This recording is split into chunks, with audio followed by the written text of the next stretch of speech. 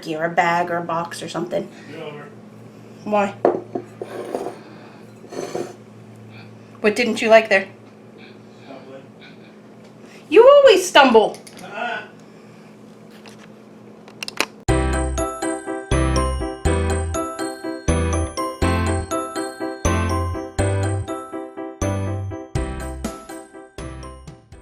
Hi guys, welcome back to Big John TV.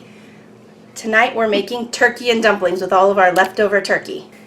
My favorite dish growing up was my mom's chicken and dumplings, so I'm going to recreate this with our leftover turkey. Let's go check it out at the stove. Alright, we're starting out with 3 tablespoons of butter. To that we're adding about 2 cups of carrots. And we've got 1 whole onion and about 4 stalks of celery. I dice everything pretty small because the smaller I make it, the less likely my kids are to find it in their food. Sometimes. I'm also adding 3 cloves of smashed garlic in there. Alright, and now for the ingredient that makes my mom's chicken and dumplings kind of different. We do a ½ teaspoon of ground turmeric. I don't know why she adds the turmeric, but I'm used to it. It doesn't really add much of a flavor, but it really gives it this beautiful golden color. I've never seen that in another recipe. And now I've heard there's all sorts of health benefits to turmeric.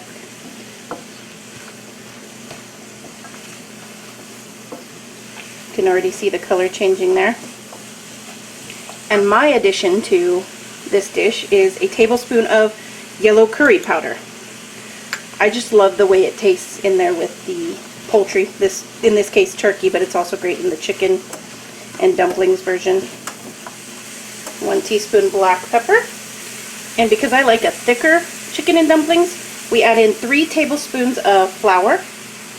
I'm going to make a little bit of a roux in there. Stir it all around until you can't see the flour any longer. That looks well incorporated.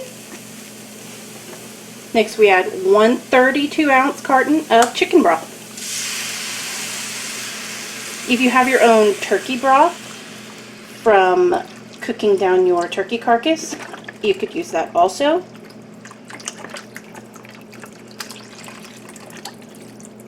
If you're going for a low sodium diet, you could get the low sodium variety. We got the reduced sodium here. Alright, we're going to let this simmer for about 20 minutes with the lid on. We'll come back and put the turkey in, and then we'll do the dumplings. Alright, let's throw our biscuits together while everything else is simmering away in the pot. This is my all-time favorite biscuit recipe. I've gone through a lot, but this is the one that works for everything.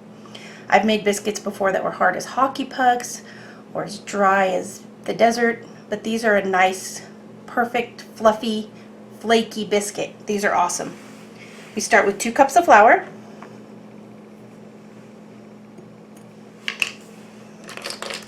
one tablespoon of baking powder,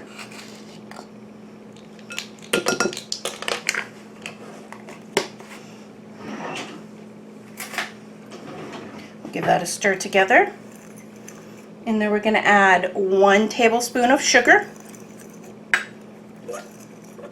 and 1 teaspoon of salt. Kind of get that incorporated ahead of time before we add our liquids. Set that aside. Our liquids are 1 cup of milk, cold, and 1/3 cup of melted butter.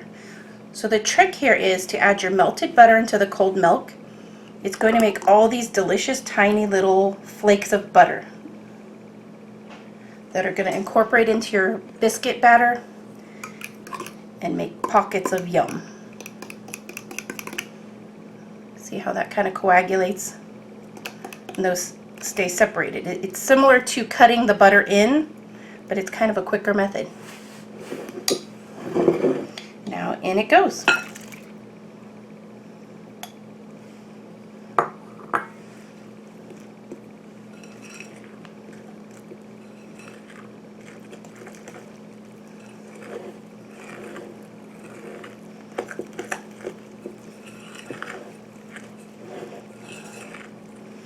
You want to stir this only until everything is just moistened. You don't want to see any more dry, but you don't want to stir the heck out of this.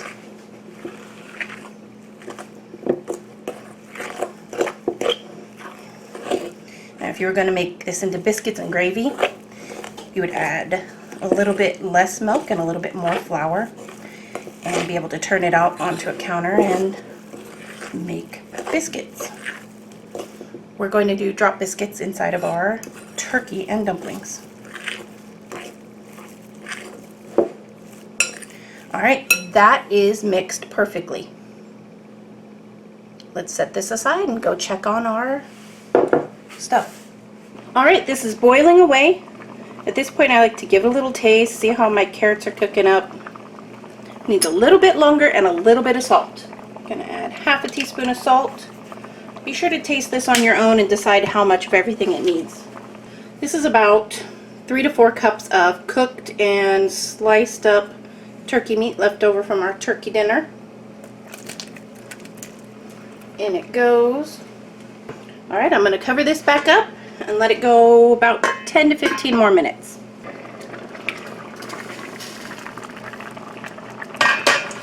Okay, this is looking good. We're at a nice boil. Going to give it a quick stir. Make sure nothing's sticking on the bottom.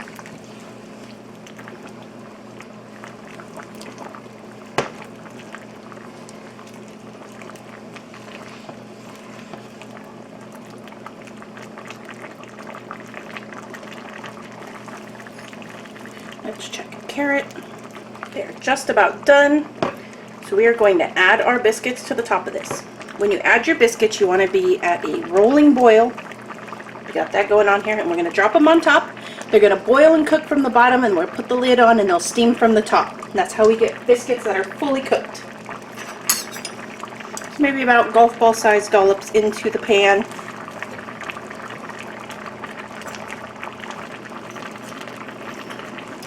Alright, we will put the lid on and we'll cook this for about 15 to 20 minutes.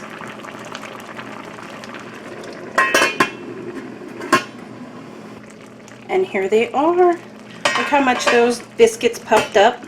If you're at all concerned whether they're done or not, you can very gently break one open and see that they're not sticky. And I do like to stick this in the oven for just a minute under the broiler to kind of crisp up the very top. Let's do that and then I'll show you the final result. So here's the final result. I'm going to plate a little bit up and get John in here to try it out. Alright, this smells and looks delicious. I'm going to take a bite. I think it's cooled down just enough. You see the inside of that dumpling, that biscuit. It's not doughy. It's cooked through. It's not, doesn't look gummy. That's great. And the turkey and the carrot.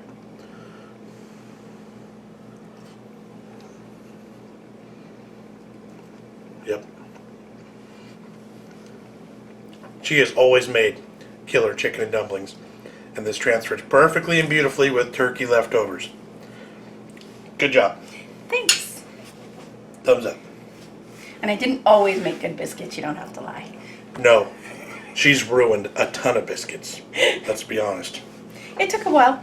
Lots of practice. It did. But these, she's got it. These are perfect. Yep.